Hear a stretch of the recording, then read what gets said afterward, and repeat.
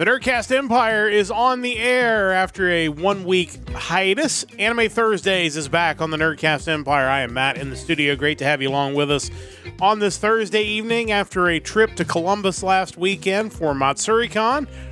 We are back again this week, and that is going to be our main topic of focus this week. We are going to talk about our experience at Matsuricon 2024, what we liked, what we maybe didn't care for as much, maybe some thoughts about the future. And, of course, we'll have some news and notes from the anime world, mostly anime convention news this week on the Nerdcast Empire, so always kind of interesting to talk about that. Joining me in the studio, as always, is Mike. Mike, how's it going? It is going. Back from Matsuricon. Always nice to head up to the Greater Columbus Convention Center and Hyatt Regency.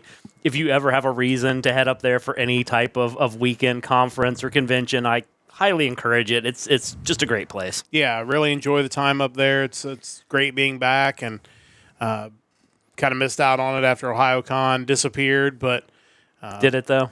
I mean, well, that's what we're going to discuss a little bit later on. It sure looks like maybe Ohayocon has reached an end, but we'll have to wait and see if that is indeed the case. But we're going to start with some good convention news before we get to maybe not as good of convention news. And that's the news that Sekaicon has announced 2025 dates. They are the group that was probably best known as being the workers that were separated from Ohayocon after issues with the management of the conventions. A lot of conflict there, obviously, and they decided to branch off and do their own thing. It mostly started on Discord, and then everybody knew, hey, we're going to announce something eventually, and that happened this weekend, right before Matsuricon opened up on Friday. The news is Sekaicon is going to be having a convention in 2025. The dates are April 11th through the 13th at the Cherry Valley Hotel in Newark, Ohio. So a little bit farther east than Columbus. I think maybe kind of trying to tie into the Pittsburgh crowd as well. It's about an hour and a half for us, so a little bit farther of a drive from Southwest Ohio. Chris mentioning the old Matsuricon mobile app and schedule. We're going to get to that. Talk about their app. We're going to talk about their app. Not that one, but the new one. That'll definitely be on the list of things we'll discuss, but we will come back to that. But let's talk about Sekaicon. They were at Matsuricon right before the dealer room opened is when all this news dropped, because they were, in fact, in the dealer room. It was great to see them there. And really excited to see what they do for their first convention in April. I think it's really telling that you have this up-and-coming convention for next year with a presence there in the dealer room, and maybe their prior convention home, the aforementioned Ohayocon, nowhere to be seen there. But it does kind of go back to the importance of maintaining control of your social media presence, because once that whole thing broke, as far as the volunteers breaking away from Ohayocon, they were the ones running the Discord. Like, the Discord that is today, the Sekai Guild's Discord, was originally Ohayocon's, and they were the ones who were keeping it up. They had issues with the website, keeping it running, because the main people in charge of Ohayocon clearly had somewhat of a hands-off approach to that part of the business. Yeah, and it really backfired, because I think any effort to control the message as to what was going on was not going to happen, because I think more people nowadays, as we're kind of finding out, are more likely to join a Discord and get your information that way than you are via old traditional social medias, your X/Twitter, your Facebook. People are going to jump into a Discord, and it was the official Ohayocon Discord.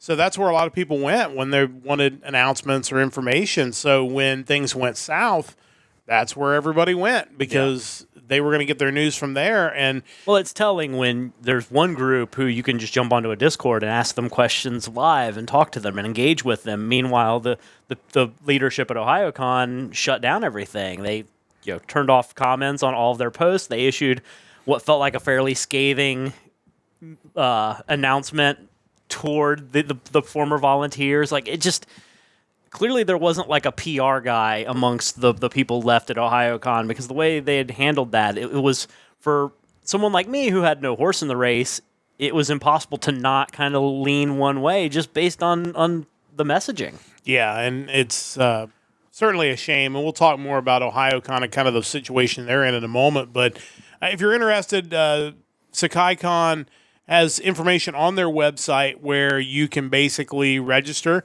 It's at sekaiguild.regfox.com and then /SekaiGuild 2020 or Sekaicon 2025.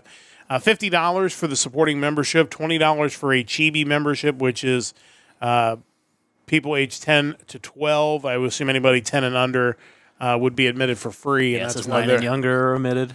Okay, yeah. So that's reasonably priced. It just kind of the vibe I get. Maybe they're kind of counting on a smaller convention to get this started. They're obviously not going with the Columbus Convention Center, which again may not have even been an option because, as we're going to discuss when we get to Matsuricon, some of these conventions book a couple years in advance of their dates, so might not necessarily be able to get it. But also, I think when you're actually starting something new, it is better to start small where you can just nail it, because I think it's going to be important, and it's something we'll talk about when we get to Matsuricon. I think it's going to be important for these guys to nail this first convention, because you got a lot of people that know about what happened and are going to want to go and support these guys and gals to put on a great convention. You're also going to have people that just don't have any idea what happened and are like, hey, I'm near Columbus or I'm in Pittsburgh and I see this convention. Evidently, it has the old dates of Tekashokon, which is a big Pittsburgh area convention. So you may draw some people who are used to going to conventions that time of year.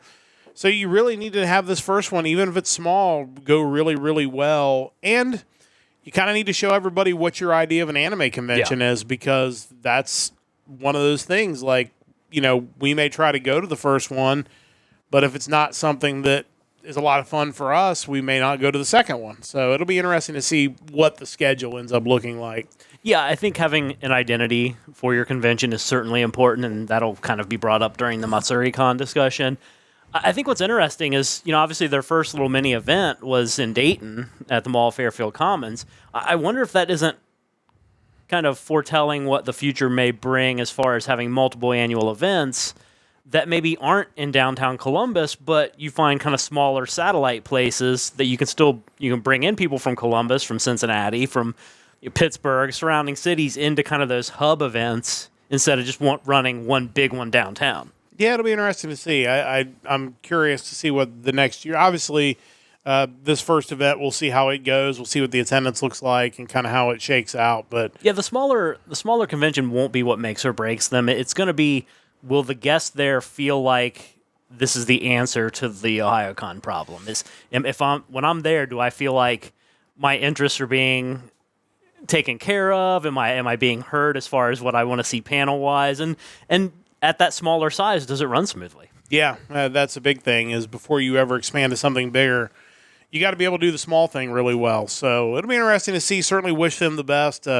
Schedule-wise, just selfishly, April, not a great month for me. I tend to have a lot of baseball and softball broadcasts the month of April, so hoping to be able to go. Certainly very much up in the air, and of course those schedules don't come out until usually February or March, so I may not even know if I can go until right before the convention. But that also brings up the last question, is if Ohayocon maybe doesn't happen, is this just April 11th through 13th for 1 year? And do we maybe then back it a little closer to the beginning of the year? Should there be a void there left by the former convention? Who knows? Well, it should be noted, and we'll talk about this more when we get to Matsuricon. First Matsuricon was in April 20th to 23rd, 2006. Huh. So obviously that's where they started. And they also were born out of Ohayocon, so maybe that's just how you do it. It could be. That could be a month that's just really easy to get dates for a convention. So again, we wish them the best, and we'll certainly keep you up to date as they start announcing guests. Certainly it's going to have to start happening soon, because convention will be here before you know it. Speaking of something happening soon, let's talk about Ohayocon or the lack thereof. So noticeably missing from this weekend's Matsuricon was Ohayocon. Yeah. Evidently, they have tabled there before. It's one of those things like I thought they had, but I never looked for them because we would just go to them anyway. So right. We weren't typically looking to buy the registration then and there. Right. They were not there. Supposedly, they had reserved a table and did not show. Although, again, as I mentioned off the air, I didn't know if maybe that was confusion with the Sekaicon people, because they used to be Ohayocon people. and they reserved a table and they were there. So I don't know if that's the case. A lot of the reports we're getting are from Facebook comments of, hey, I worked as a vendor. Hey, I saw that. It's clearly not a reputable. Yeah, not suggesting these people are making it up, but we're not talking like confirmed sources necessarily. Correct. So, but the confirmed thing is they were not there, and their website is still a mess. Obviously, they had to get a new website, which is ohayocon.online. Almost no new information. Most of the links go to Internet Archive type pages. Did they buy their website at some buy here, pay here car lot? Because it doesn't feel like a new website. It feels like a used website. Well, not even certified pre-owned. And there's not even any excuse for that nowadays because there are so many websites, whether it's Squarespace or GoDaddy, that you can basically build just a really basic, easy website. It may be generic, but it'll be clean. Yeah, and this looks like something was created in Angel Fire or something. Like, it's just not good. I thought the counter at the bottom with the little alien, that was a tell. Yeah, and so there's no guest announced. You can't register for it. There's no hotel information. And maybe the most telling news, because we just happened to look to see the Matsuricon dates for the future, is that it's not on the Greater Columbus Convention Center calendar. And we're in August. I mean, at this time of year, typically registration would already be underway. Hotel block would already be open. And they're not even on the schedule for the convention center. I know some people, I think I read somewhere that some people had called the Hyatt maybe and had asked about it, and they didn't know anything about it at this point. It's starting to get to the point where you just have to assume that at the very least in 2025, it's not coming back. No. And again, going back to some of those Facebook comments, which take them with a grain of salt, you had one individual that basically said that from a reliable source that they didn't make enough money in the previous or this year's convention to cover their costs. So they're already operating at a loss, presumably. And then another comment from that Facebook post from the Ohayocon Dumpster Fire Facebook group had suggested it was someone who said they were a vendor, and the Ohayocon organizers reached out to them to basically go ahead and pay for their vendor table for next year.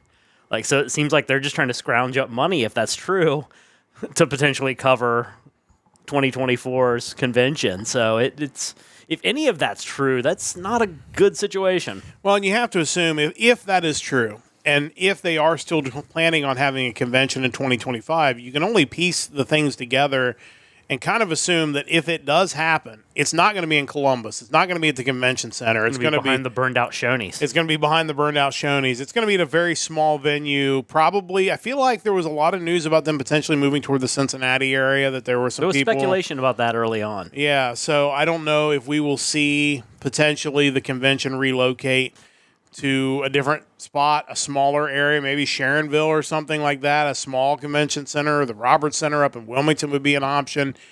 But I don't think we're going to be seeing it at the convention center in Columbus, and I would be shocked if it happens at all. Again, we're just so close to when they were supposed to have, because they announced dates. It's in January. Yeah. It's September now. By now, you've already reached the point where you're no longer paying the cheapest pre-reg price. They've gone up a tier or so, in theory. And there would be some guests announced, and obviously there are no guests announced at this point. So, I mean, it does make me sad. People aside, Chris, maybe they are having it in the windowless van. I'm obviously not terribly sad for the people running it, because it kind of sounds like they're getting what they deserve. Yeah. They really, not just the Sekai Guild people, but really a lot of their vendors, they really screwed a lot of those people over. And, if this thing fails, they're kind of getting what they deserve. But from just a holistic Ohayocon as this, entity, an event, I feel sad that it's not going to happen, because it was our first convention. It was our home convention for so many years. It's kind of like watching your favorite sports franchise have really bad ownership. Yeah. And you want to support it, but you don't really feel good about it. Well, I mean, to the point where you had even said, hey, we should go up, even if it's terrible, just to report on what we see. And we had certainly considered that, but obviously it doesn't look like that's even going to happen. So I go up there, business as usual, food court's closed. Yeah. No one's here. Yeah, no chicken and eggs for you. So it's just sad news. Not, like I said, not sad in that I think the people there deserve to run a convention, because they don't. the shame of it is, and maybe, I don't know if it'll ever happen, but I would love to see them just sell the name Ohayocon to the Sekai Guild people. Yeah. And keep Ohayocon going, or to somebody to keep it going. But at the very least, it is very much up in the air for 2025. So we'll certainly have to keep an eye on what ends up happening. The sadness I felt when Hulk Hogan had a reality TV show. Yeah, there's probably more people that watch that than are going to attend the next Ohayocon. So, but that's more of a statement on reality shows probably than it is Ohayocon. But we'll have to see what ends up happening. But of course, we're live here on twitch.tv/Nerdcast Empire. Don't forget to check out our website, nerdcastempire.com. You can listen to previous podcasts. You can visit our store. We're approaching episode 100 very quickly.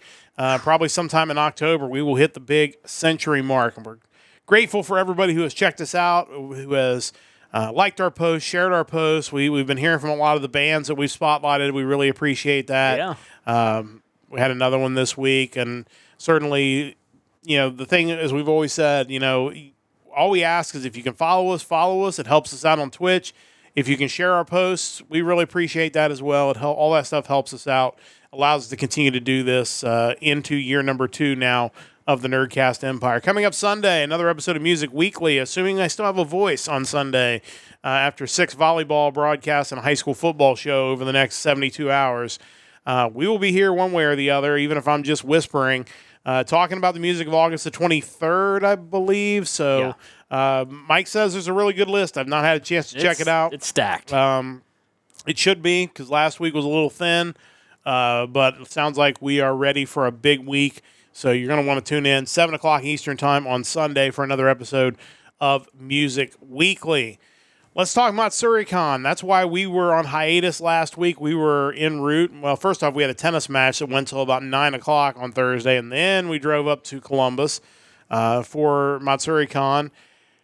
And, kind of starting off just with a general overview, just some general facts about Matsuricon for those who maybe aren't familiar with it. This was their 17th Matsuricon. It's the third year back after the pandemic. They had no convention in 2020 and 2021. This is the first time they've moved to Labor Day. They've typically been a mid-August convention. The first one was in April of 2006. They then moved to September the next year and then back into August. According to the Convention Center calendar, it's going to be Labor Day at least for the next 2 years. So we did find that out. And if you're listening to this and wonder when Matsuricon in 2026 is going to be, the Greater Columbus Convention Center website has it on their calendar. It will be Labor Day weekend once again. Just my general thoughts first before we get to the likes and dislikes, and you can kind of chime in. The one thing I thought, it never really seemed too crowded over the weekend. Really didn't. Don't know what the attendance numbers were. Don't know how they compared to past years. Obviously, because they use so much of the convention center, that certainly helps with that. But I think maybe only 1 or 2 times all weekend I saw like a crazy line for something. For the most part, the lines were all really reasonable. Dealer room never felt really cramped either. Even when we went on Saturday, thought it was very... You could actually Everything get felt very spaced out in the dealer room. Tons of walking room in the aisles. Yeah, and we're definitely going to get to that when I get to the positives. Obviously, I love being back at the Hyatt. Like you said, everybody should go to the Hyatt. It's great being back there, especially after we didn't get to go in January for Ohayocon. Overall thoughts, and I'll throw it to you. I thought it was probably a 6 or 7 out of 10 convention. Generally, would probably attend again. We've attended it so many times.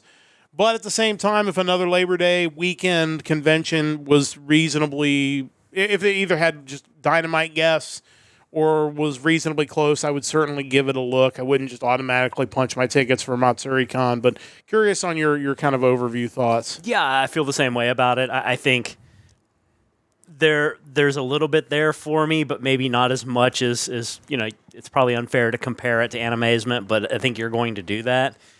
I think they could definitely use a wider variety of guests, maybe some fresh guests that they haven't used up to this point. There's definitely some good and some bad. It was a fine convention otherwise. It ran smoothly.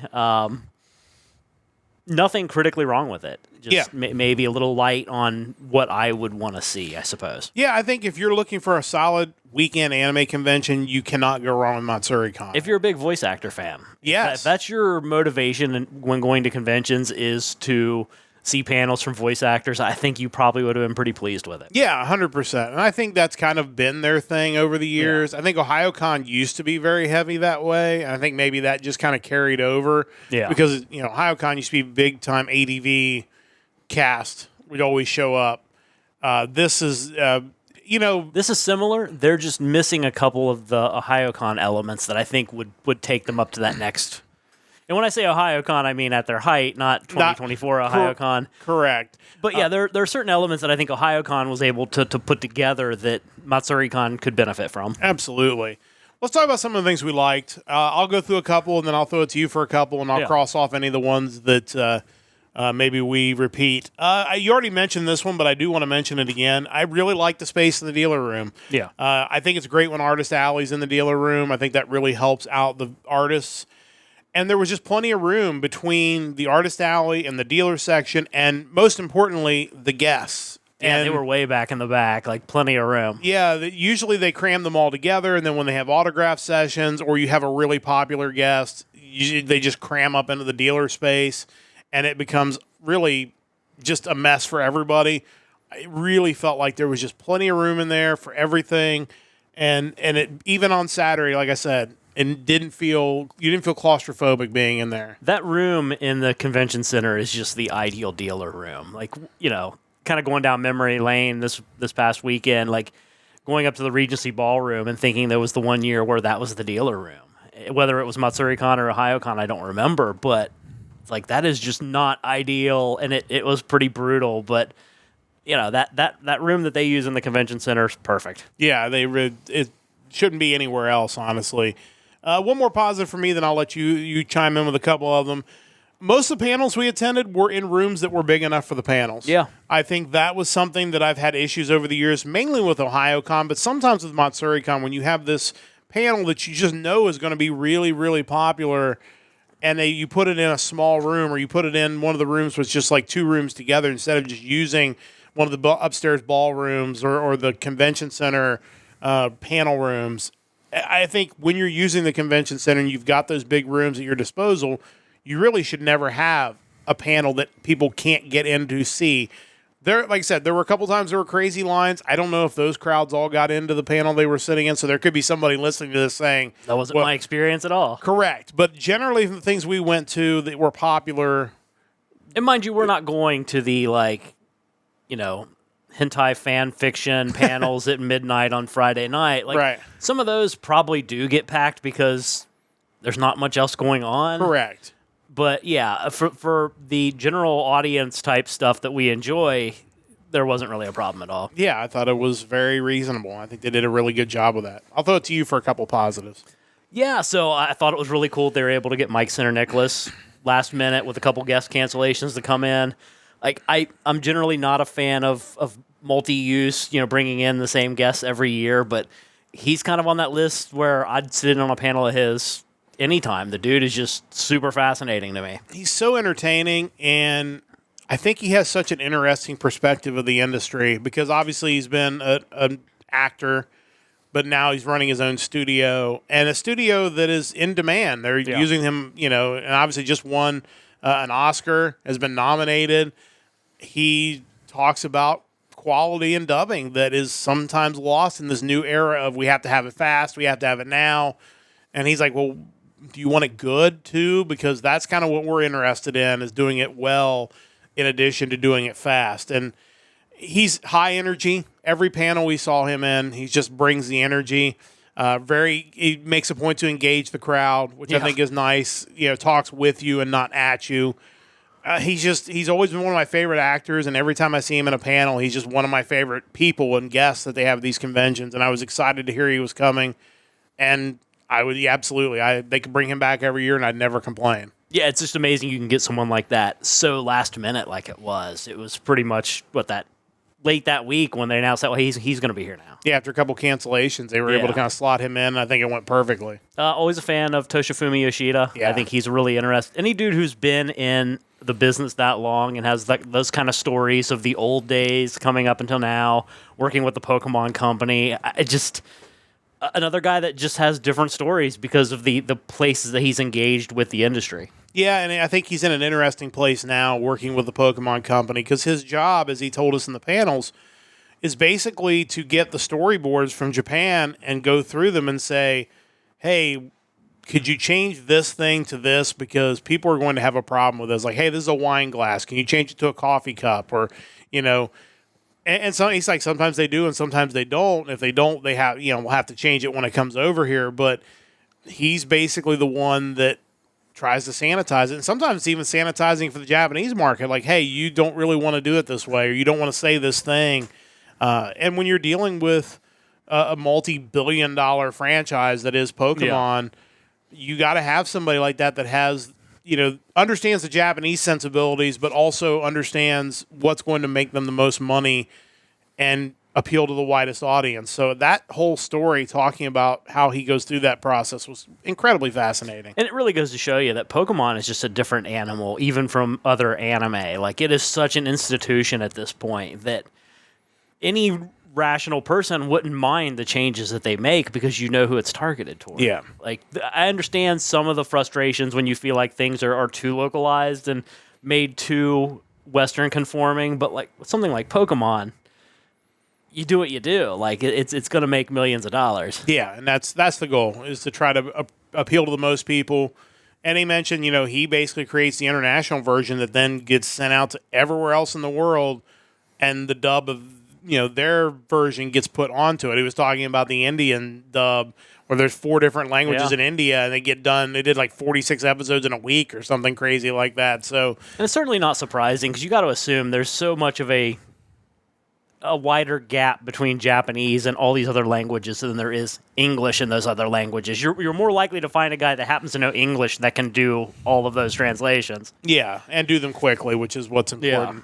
Some other positives on my list. While it wasn't maybe, and we'll get kind of into the panel criticism probably in the negative section, but overall I thought the panels we went to I enjoyed. I think there was a better selection of panels than Ohayocon. Again, if you're comparing it to Animazement, it's not really fair, but it is.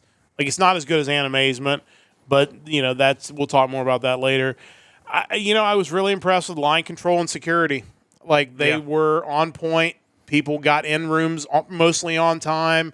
Didn't see any, like, outrageous behavior from people on a power trip. Like, they were just getting people where they needed to get them. And kind of just tying all those together, it was good to see some new fan panels. We went into an anime-themed panel. Would I have done it the same way they did it? Probably not, but actually... will they do it the same way next year? Maybe not. But I think that watching them do it the way they did it gave me ideas of how we might do something like that, kind of using some of the things that maybe didn't work as well for them. But for their first panel, I thought they killed it. I thought they did a great job, and it was great to see them step up and do something like that, because any type of game show type panel is just, it's easy money. Yeah, absolutely. I mean, it's so engaging. Even if that's not your thing, if there's nothing else to watch, you can sit in on that and be entertained.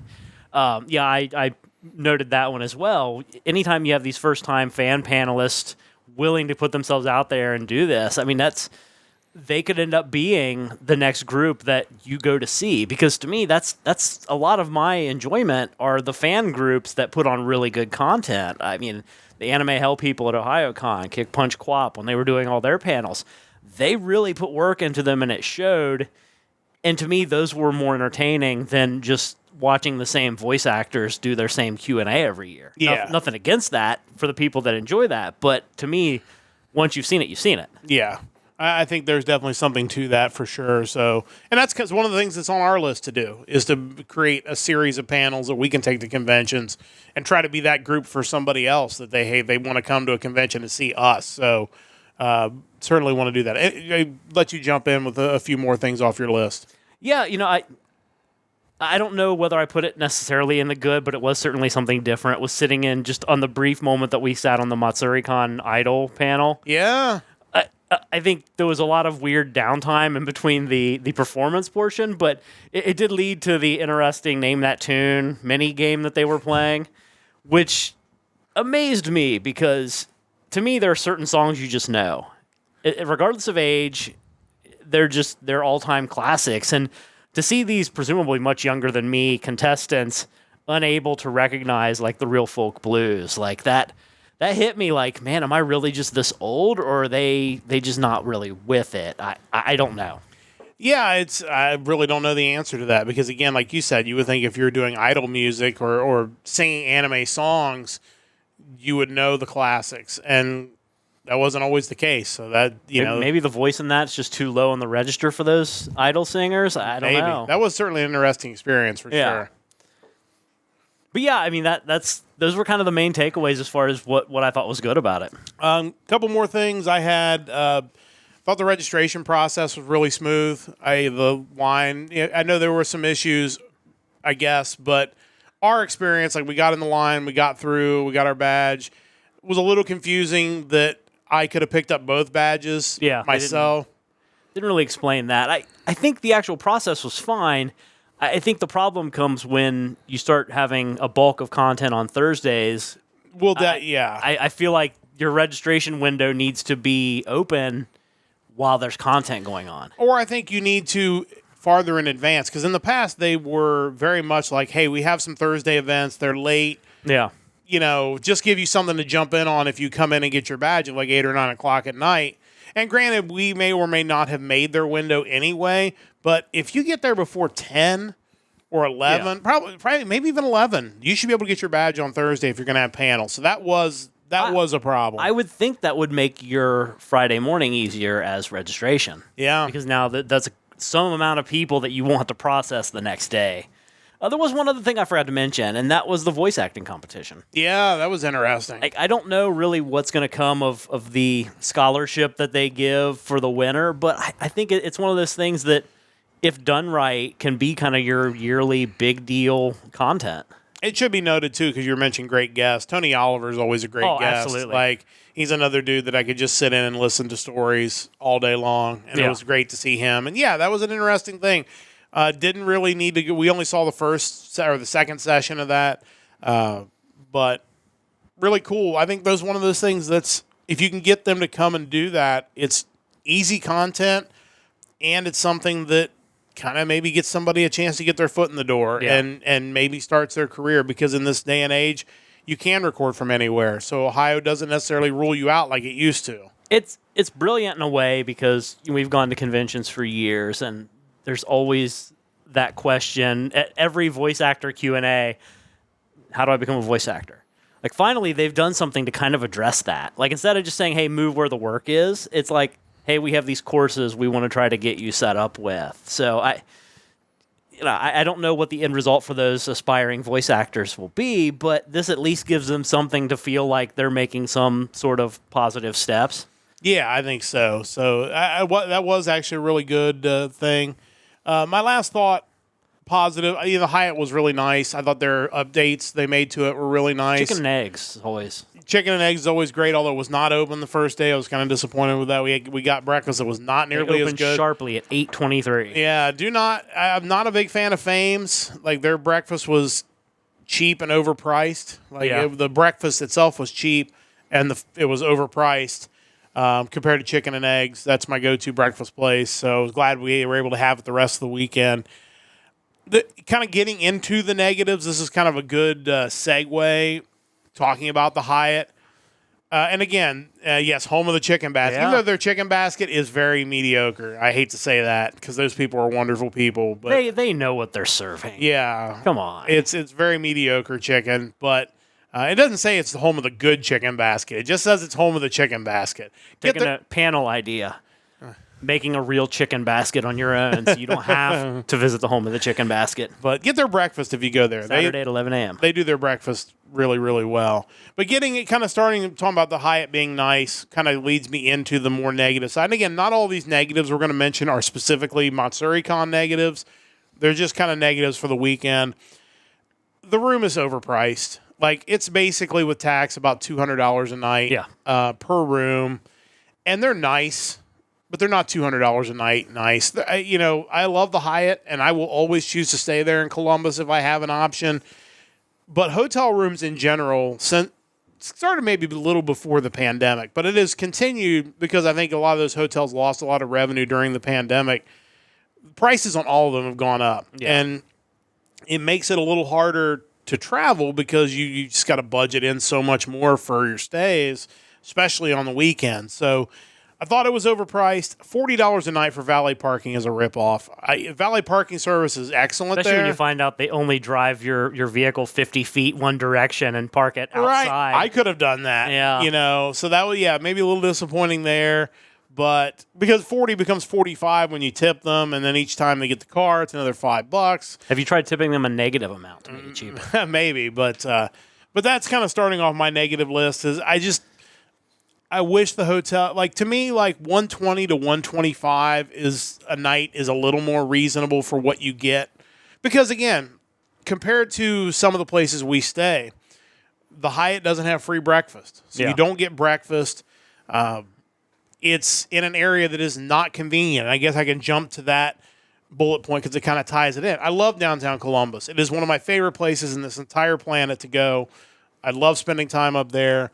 It's expensive. That's the downside. There's, it's inconvenient. I wish there were more inexpensive food options there. We did the Mikey's Late Night Slice. They're really good. Always shout out to Mikey's. But it would be nice if there were a couple more fast food places downtown, like in Raleigh. We walked to McDonald's on Sunday. Yeah. That's a cheap meal you're going to get. That's one meal that you're not paying $20 a person for on the weekend. Even the diner we went to was relatively inexpensive. There just really isn't that option in Columbus. So if you can't get something decent at the food court, you're going to end up paying a premium price just to get a meal. So those two things about, the Hyatt rooms are a little overpriced. The valet parking is just a total ripoff. And the area itself, as much as I love it, and I do, is expensive, especially for con-goers that maybe don't have a steady full-time job. It's a great place to spend an evening. Yes. But once you're extending that over a weekend, you're looking for other options. Yeah. And you're going to spend a ton of money, and that's before you even spend money at the convention. That is just to somewhere to stay, parking your car, eating your meals. It's going to be pricey. So that's kind of my first negative. I'll let you jump in with one now. Yeah, I don't want to just hone in on things being too expensive yet. I will get to that later on. I feel like as far as the convention went, there were some missed opportunities in terms of types of guests. There weren't any non-DJ, non-voice actor musical guests. Yeah. I think that's always an obvious one. Even if you can't bring in a Japanese musical artist, which would be preferable for sure, there's any number of bands that, if not anime music, they're doing some sort of nerdcore type stuff or video game music, chiptune, whatever. Was it Bowling Green State that has the game orchestra that would come in? I think that's always doable. Yeah. Just something, again, that if there's nothing else going on, you see it on the schedule, you're like, oh yeah, I'll go check that out. I'm going to enjoy that. I like video game music. I like anime music. Let's do that. I just think that's a miss. I think of a convention like Anime Midwest with Steam Powered Giraffe and V is for Villains, and they have a whole music block essentially where it's here's our concert lineup. Yeah, I think something like that. And I understand, again, Chicago, easier to get guests in than Columbus, but I think having, like you said, non-voice actor music guests. I have no problem with voice actor concerts. That's great. You should definitely have that. But I think having true musicians that are just there to do music is also great. And I completely agree. It's definitely a missed opportunity. And again, Japanese guests would be best. Understand they're expensive. They have, I think Nana was just last year. Yeah. She's awesome. That's a great guest. I just feel like you need to have at least one Japanese guest every year. Obviously, Toshifumi Yoshida is Japanese, but he is based in the U.S. He's, I mean, in a way, it's kind of like having Ohayocon has Shin Kurakawa every year. Yeah.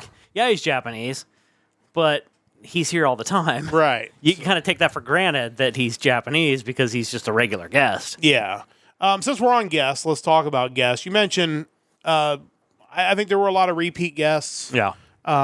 Which is okay because, there are some of those guests, your J. Michael Tatum's, your Caitlin Glasses, that are always going to be popular, and they're going to sell tickets, and people are going to want to see them, and they should, because they're super talented, they're super engaging with their fans. I'm happy that they're there. I would just like to see some new guests occasionally.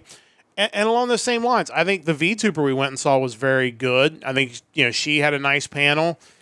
I think there was a missed opportunity there to potentially have some bigger name VTubers come in, because a lot of them do music as well. And this felt like a trial run to me. And maybe, and it could be, because I know there has been a little bit of a backlash on some of these conventions for bringing in VTubers, but I think things people don't understand is it's not we're going to choose bringing in VTubers over bringing in Japanese guests. We can't bring in Japanese guests. Yeah. So we're bringing in VTubers because they're in our budget, and it's better than having zero, which is the alternative. It's not either or, it's this or nothing. Yeah. I think there are so many, your HoloLives, obviously those are going to be high budget probably, but there's a lot of independent VTubers out there that do music that you can run the same kind of panel. And again, I mean no disrespect to the VTuber who was there, who did a great job. But I think, again, it's another variety of music that you can bring in. And again, a lot of VTubers really popular. You can bring them in. I think just more variety in guests like that, I think would be something that I would like to see. Yeah, I kind of enjoyed the VTuber they had, and then also the streamers that they had. Yes. Because in some weird way, they felt accessible. They felt like, well, if they can do that, I can do that. Like, there was nothing about them that felt like they were some sort of massive, far beyond you'll ever be star. Yeah. So there was almost like a educational element to it, where it's like, here's where they started, here's how they got there. I thought that was kind of a cool thing. But yeah, I think to your point about the repeat guests, I was looking at the numbers just from the last 5 Matsuricons, and you had 6 guests who had been there either 3 or 4 times in the past 5 years. You're Brandon McGinnis, Kevin Bulk, which I think he's also their artist, so I understand his appearance because he's doing all the art for the convention. Correct. Caleb Hiles, J. Michael Tatum, Kyle McCarley, Tony Oliver. Love Tony Oliver. But at the same time, what voice actors are available that we could bring in instead of them? Yeah. When are we getting Crispin Freeman to show up at Matsuricon?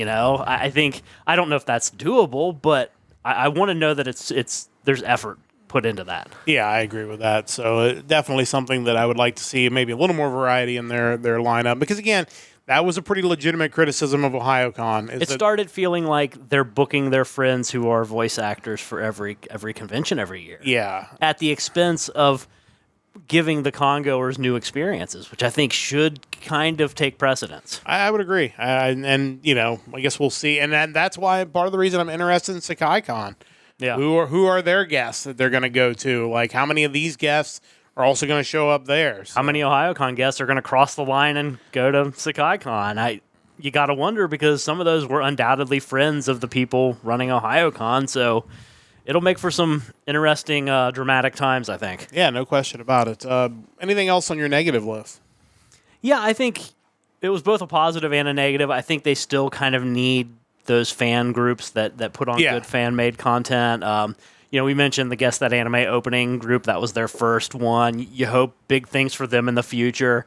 But it's I always go back to it, but how many years going to Ohayocon was it basically we're there for Anime Hell and the game show and whatever else Kick Punch Co-op's doing? Yeah. Like, they were the stars of the convention, more so than any of the actual guests. We hadn't attended an Ohayocon roast since probably 2008. Yeah. Again, voice actors are fine, but they're voice actors. I don't need them filling the holes of other types of guests. Like, if you want to bring in music guests, bring in music guests. Yeah. I think it's the one thing, and I hate to harp on Animazement because, I feel like they just kind of really get it. But I just feel like they have all those voice actors. I mean, you look, their slate of voice actors, probably every bit as robust as Ohayocon and Matsuricon.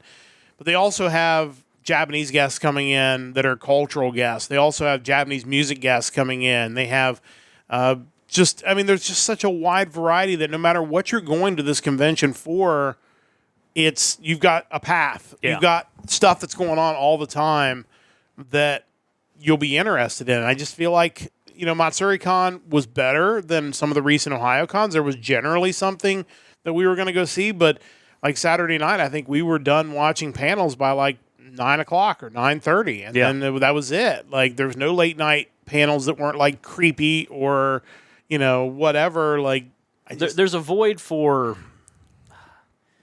intellectual panels, I suppose. Yeah. Is that how I want to put that? Maybe. Where, we're adults in our 40s. We want to dive into this specific anime or this subject or like historical events in Japan and how they relate to anime that depict them. Just anything like that I think is a more satisfying use of my time. I've said it before. I mean, there has to be somebody at Ohio State that is a Japanese history professor that you could just say, hey, will you come over and run 2 or 3 Japanese history panels? Yeah. And it's a great way to not that Ohio State needs to advertise, obviously, but it's a great way if you're a Japanese, maybe a high school kid that's looking to get into Japanese culture, and here's Ohio State saying, hey, here's our department for that. Like, here's our professor. They're going to come over and do these really cool panels that are going to get you interested. I just think that's a missed opportunity. And I don't know, like with Animazement, if they reach out to local professors or if it's the other way around. But I would love to know just the day-to-day process of assembling an anime convention, because I admit I'm ignorant to that. I would love to know. Yeah, and that's why it's hard to be too critical, because I do know it's really hard to do what they do. And the fact that they got it off and mostly positive, I think is a wonderful thing. And I certainly don't want to, make our criticism seem like we're being negative. Too biting or too scathing. That's Yeah. not really the goal. The goal was to say, hey, here are the things that I would like to see different the next time. But I also know that, as we talk about all the time with wrestling programming, it's not always for me. Yeah. So it's okay if some of those things... There's a lot that's not for me. Yeah, and it's like, it's okay if they keep the things that are not for me, as long as maybe we think about adding a couple of things that are. Anime, I mean, there are a lot of aging anime fans at this point. People who got into it with Adult Swim in the early 2000s, they're in their 30s and 40s now. Yeah. So let's keep that in mind. Yeah, no question about it. One more big negative for me on this list.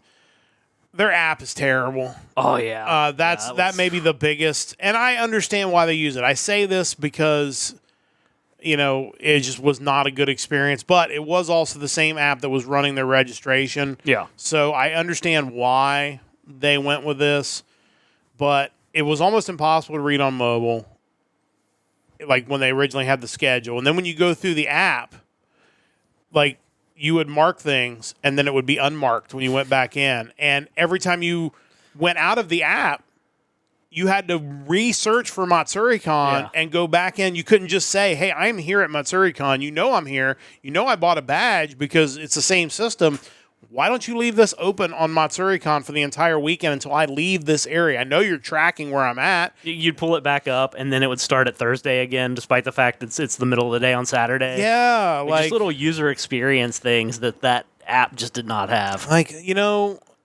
Like Guidebook is the standard for a reason. I'm sure it's expensive. I'm sure that's the reason why. And maybe they don't even have the ability to have registration and scheduling. Who's to say? They could very well likely could have been the one thing they were looking for. And maybe the registration side of it, from their standpoint, was a 10 out of 10. And so they'll stick with it. But from a user standpoint, it was not good at all. And I would honestly rather them hand me a piece of paper with a schedule on it than have to use that again next year, which is crazy. Yeah, I would agree. My last big negative that I wanted to hold off, because we had previously talked about the hotel prices and the valet parking. The prices in the vendor room. Yeah, let's talk about that. I'm someone that goes into these events thinking, I know I'm going to pay a little more than what these things are worth. That's just the cost of doing business. These guys have to make a profit. But I think there's a logical limit to where, I'll wait the week or so if something has to be shipped from Japan, so I'm not paying 500 times what something is price charted at. A couple examples. There's the game dealer that also sells like anime and video game soundtracks. Really cool booth, and I've bought from them before. But games like Street Fighter II for Super Famicom, they had a loose copy of it for $30. I happen to have a copy of it from one of my monthly video games monthly boxes. But price charting has it valued loose for $3.29. Yeah. eBay, I could have bought a loose one for about $8 with free shipping. Again, I already own it, not a big deal, but $30 for that? And who knows what they bought it for originally, because as weak as the yen had been, they might have got a lot of these games just even more dirt cheap than what it's showing now. Yeah. Another example was 3x3 Eyes for Sega Saturn. They were selling it complete in box for $30. Price charting had it for $13.40.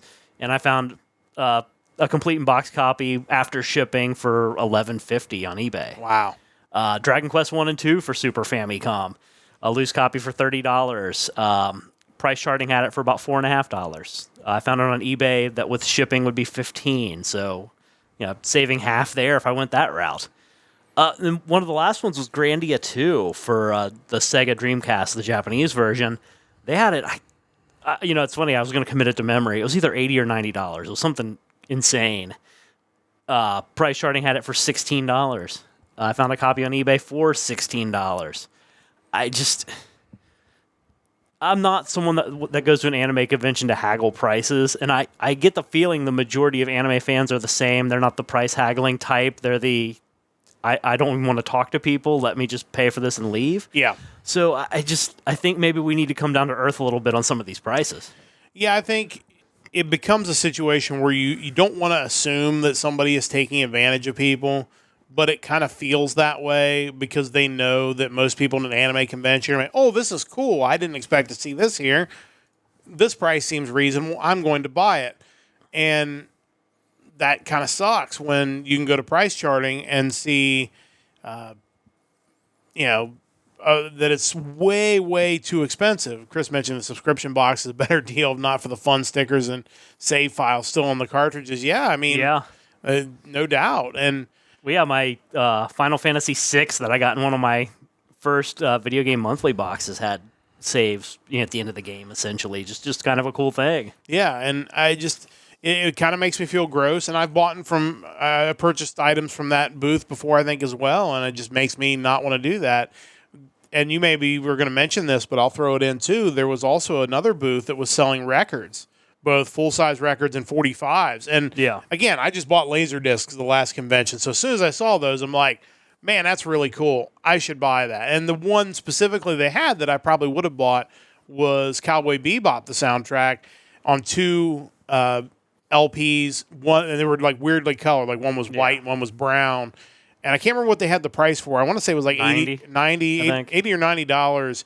And we found out online it was like 30-something, I think, to buy it even now. And with those, at least you're talking about something that is a little more fragile to ship. So it's possible that if you were to find it in Japan, the shipping costs would be a little crazier. But that's still.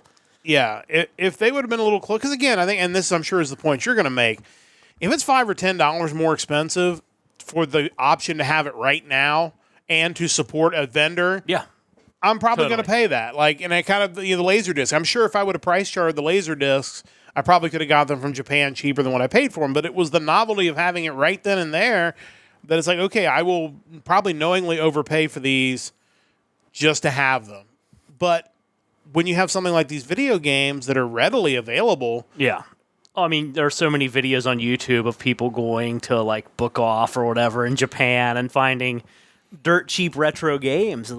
Clearly that's what a lot of these vendor room people do is they just buy those in bulk on a trip to Japan and mark them up like crazy here. But you got to be reasonable with me. Clearly, they're paying for their Japan trip when they do this. So I will say that the Gundam model kit that I purchased, I actually bought it for cheaper than what I would be paying for it on Amazon. Nice. Yeah, I mean, there were certainly some vendors that I think were not ripping people off. When he told me the price, my first thought was, that's probably pretty reasonable. It wasn't like 60 or something nutty like that. I think generally, if you do this enough and you go to enough of these dealer rooms, you get a general idea in your head when they tell you the price. Like, that seems reasonable. Or, no, I probably should look that up when I walk away because that doesn't sound quite right. Yeah.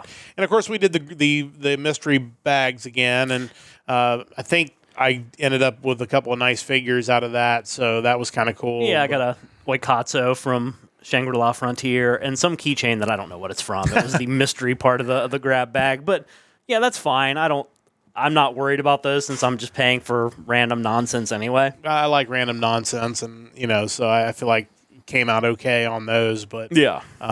But yeah, it just again overall, I think it was a very positive weekend, and I don't want the negatives at the end to kind of to take away from that. One other thing about the vendor room that I do have to point out: no weapons vendor. Yeah, we forgot to mention that. That was kind of weird. Yeah, and I don't used to at least 2 or 3 booths just selling swords, of which I recognize a handful of them, and the rest of them are like, I just assume that's one piece. I don't know, maybe. I mean, that one guy has a bunch of swords. Yeah, it was kind of odd because it was just the first time we walked through. You're like, is there a weapons vendor? No, there's not. I did not see any. So I have no idea if that was a convention decision or if moving to Labor Day weekend, just the people that would normally sell have other places. Some sort of weapons convention. I don't know. I mean, you're probably close to like different like Renfest and whatnot. Yeah, I'm sure they have a big presence at those. Sure. So that may be one thing, and I guess that's kind of the wrap-up thought that I want to kind of mention is whether the decision. Chris mentioning all the Bleach replicas. Yeah, no doubt. I think the question that is still unanswered is the move to Labor Day the right call for Matsuricon? There is the benefit of having the long weekend and all that, but at the same time, probably the hotel's a little more expensive on Labor Day weekend because people are traveling, getting out of town.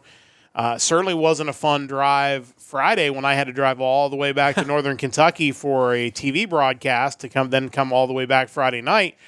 Traffic wasn't the best. Sure. So I imagine there may have been some people that just decided not to travel into Columbus on a Labor Day weekend. Again, crowd didn't feel overwhelmingly large. I don't know if that's a byproduct of the move, but I think the one question I would have out of this is, was it the right call to move it to Labor Day weekend? That's a good question. I don't know if we'll ever see the numbers that support it one way or another. I also wonder, too, if things like GalaxyCon are eating into some of these FanCon attendances, because that's an expensive convention if you want to actually interact with any of the stars that they bring in. Money's tight for a lot of people. The expendable income maybe isn't the same as it was a few years ago. Oh, no question. And again, as I mentioned earlier, a lot of things are a little more expensive too. So even if you have the expendable income, less money and it goes less far. Yes.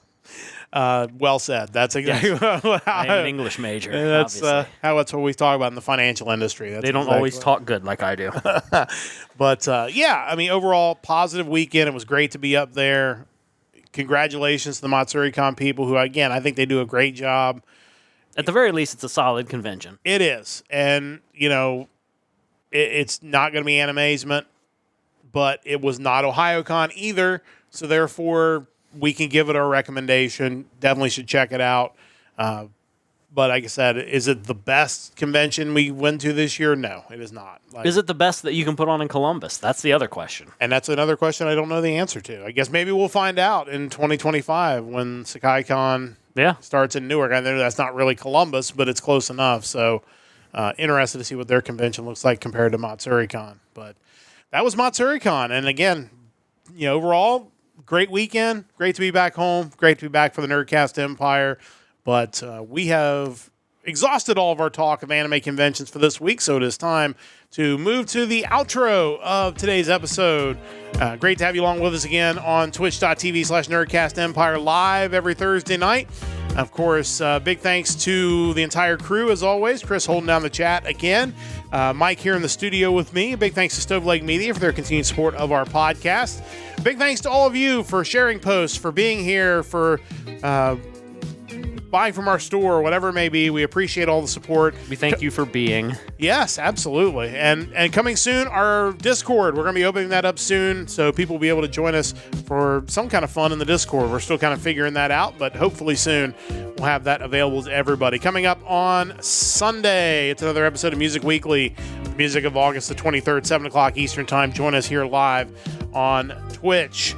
That's going to wrap things up for the entire crew. I'm Matt saying so long. Don't forget to join the Empire, the Nerdcast Empire.